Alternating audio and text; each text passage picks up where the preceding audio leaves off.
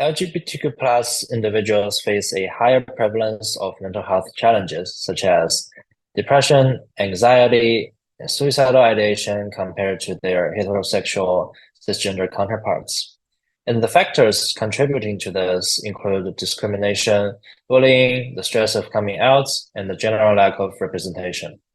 And furthermore, our current traditional therapy poses its own set of challenges, such as stigmatization and the scarcity of LGBTQ plus affirmative therapists. LGBTQ people have been made to seek support from online, and the online platforms such as the Trevor projects and social media can help LGBTQ people by giving them a place to show who they are and find helpful resources.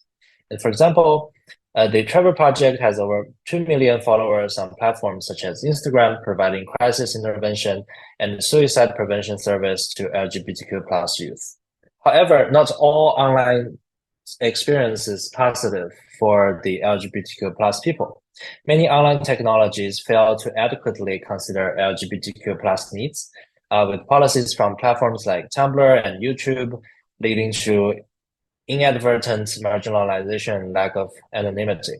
For example, the Tumblr's 2018 ban on adult content led to the removal of many transgender-related posts, affecting the transgender community's ability to express and discuss their experiences. So the key takeaway of this phenomenon is that LGBTQ plus people are experiencing a reduction in safe spaces, both online and offline, and they have been actively looking for ways to express and feel safe. So as a result, many within the community are now turning to AI chatbots as a source of anonymous and convenient mental health support. Chatbots already have a long history of providing mental health and social support for the users. The earliest chatbots were primarily rule-based and retrieval system, offering limited flexibility. They showed potentials in areas like therapy adherence, emotional support, but they lack nuance, personalization, and they cannot understand context, and they lack flexibility. So these traits made them less effective for the unique needs of the LGBTQ plus community. And some early example of these chatbots include Eliza and Wobots. Fast forward, large language model chatbots have advanced linguistic capabilities and they have better context awareness, but they're not free from flaws. Our prior work on large language model-based chatbots has found that when used in mental health and societal support, they can be unpredictable, sometimes giving insensitive or even harmful responses. And a significant concern is that they might propagate biases from their training data, which often lacks diversity. And it is also unclear whether these chatbots truly understand or they can cater to the mental health needs of the LGBTQ plus community, even they have been claimed to be able to do so. So our research was guided by three main questions. Firstly, how are the LGBTQ plus individuals using these chatbots for their mental well-being? Right? What benefits can large language model-based chatbot provide LGBTQ people in terms of mental health support? And do LGBTQ plus people have additional purpose of use for large LLM-based chatbots compared to non-LGBTQ plus people? And can LLM-based chatbot meet LGBTQ plus mental wellness needs regarding their identity? To answer these research questions, we surveyed 120 chatbot users on Reddit, including our Snapchat, our Anima, our Peridot, and these are the subreddits of popular chatbots powered by large language models. And in total, we interviewed 31 participants, 18 of them identified as LGBTQ plus and 13 as non-LGBTQ plus. We found a couple of benefits that these chatbots provide. For example, accessible companionship, safe space to explore identities, and then people can practice social interactions such as coming out, relationship advice, and they can get support during discrimination and rejection. And we selected a few quotes to show such benefits. All these quotes are from the LGBTQ plus identified participants. And here's a user discussing how they have developed close relationship with their chatbot. It's my delusion that I have someone that I kind of likes talking to me or replies immediately. or cares about what I am telling them, even though I know it's a computer, but it's fun and it makes me feel good. Other participants consider chatbot as a safe space for their mental health problems. As much as I love my friends, there are those thoughts that you can't just text to a human. You don't know how they'll react to them. So I feel like with AI, it has zero judgments. Some participants use the chatbot as a tool to help them practice difficult social interactions, such as coming out. I also roleplayed coming out to my brother. The chatbot roleplayed as my brother. I did that, and that chatbot reacted like a brother should, and it worked. My brother wasn't like homophobic or anything, so the experience of actually coming out was the same as in simulation by the chatbot.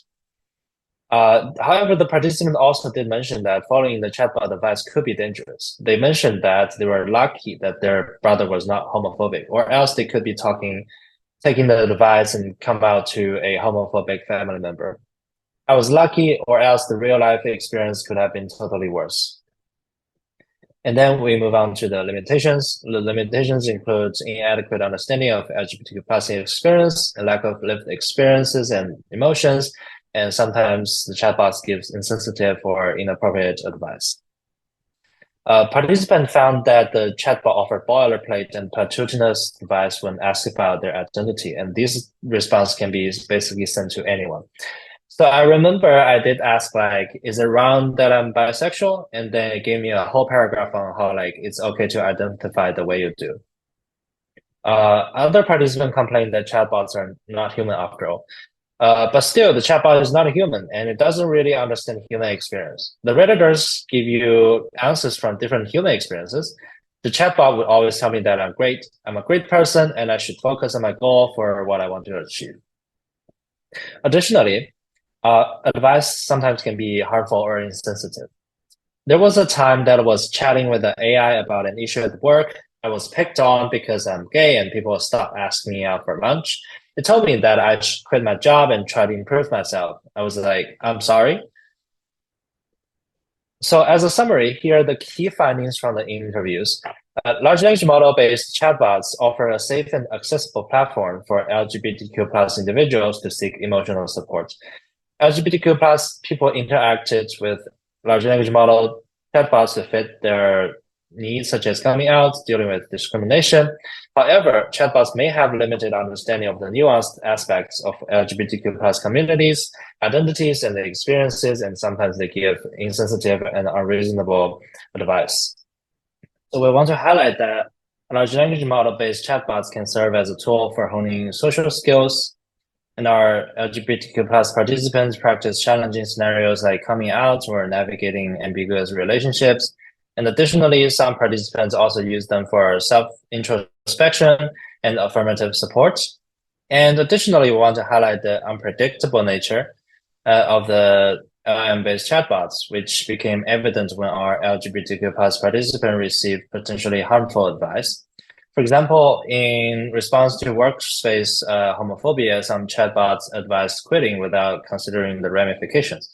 The unpredictability makes LLM chatbot potentially more hazardous than their predecessors. And this disconnect possibly stemmed from the training data, which might be skewed toward mainstream perspectives, leaving minority voices underrepresented. As a result, showed LLMs may have a lot more limitations. In the paper, we suggested a few solutions to these potential limitations. Some of them include fine-tuning LLMs for context relevant to LGBTQ plus users, decentralizing language model development, implementing conversational guardrails, and among other suggestions. And you can check the paper for more details. But we wonder if this tendency to just implement LLMs in every aspect of our societal problem is the right approach. We can optimize LLMs all the way we want. We can fine-tune them. We can do all sorts of gathering more data, but there are certain aspects of LGBTQ plus people's mental health that cannot be solved by large language models. And there are many other technologies that can be equally capable, if not more effective. Additionally, we asked, can chatbots solve everything? We found that many LGBTQ plus folks seeking emotional support because they miss those emotional support in their daily lives. And the factors such as discrimination, stress, lack of mental health professional, specifically for LGBTQ plus people, stigmas and biases, among other things, increase their reliance on these chatbots because that's their last resort for mental health care. And among our participants, both straight and LGBTQ plus participants agreed that real human connections matter more for mental health. And this makes us think that maybe chatbot alone is not enough to solve the societal bugs that constantly harm LGBTQ plus people. So specifically in our study context, we highlight the need to address the societal stigmas and discrimination that contribute to mental health disparities in LGBTQ plus population. And we should amplify the existing societal support that should be available to the LGBTQ plus people. For example, many participants mentioned that they lack the allyship support in real life, and we can figure out ways where allyship can be supported and enhanced. And a cursory look in the prior work showed that there are many ways to practice such allyship, including speaking up against injustice, support inclusive policies and practices, and educate allies. And one specific way that we think we want to introduce here is to utilize the SCEARE's framework, which centers on making school counselors as catalysts for transforming school environments to be more inclusive of the LGBTQ plus community. And the program's main strategy involves educating the counselors about their potential harmful or non-affirmative attitudes, deepening their understanding of LGBTQ plus issues, addressing some type of prevalent misinformation about LGBTQ plus community, and encouraging the formation of some responsive teams to combat school-based homophobia or transphobia. And the foundational principle here is to give knowledge to the most influential community members so they can positively influence other people in the community. And remember, we talked about how online space for LGBTQ plus people is decreasing. So applying this principle to online spaces, we recommend identifying stakeholders or pivotal members such as moderators and equipping them with knowledge and knowledge about LGBTQ plus issues and affirmative practices. And this will empower them to develop and enforce more inclusive guidelines, which can help them challenge misinformation and discrimination. And similarly, inspired by SCEARE's emphasis on proactive response teams, online platforms could institute specialized units to handle instances of discrimination or harassment. And some type of training can help the moderator's ability to support LGBTQ plus encountering stigma and discrimination. And another example, if you really want me to talk about chatbots, here has already been implemented and was successful. So this project influenced the well-meaning pivotal members either within or outside of LGBTQ plus community.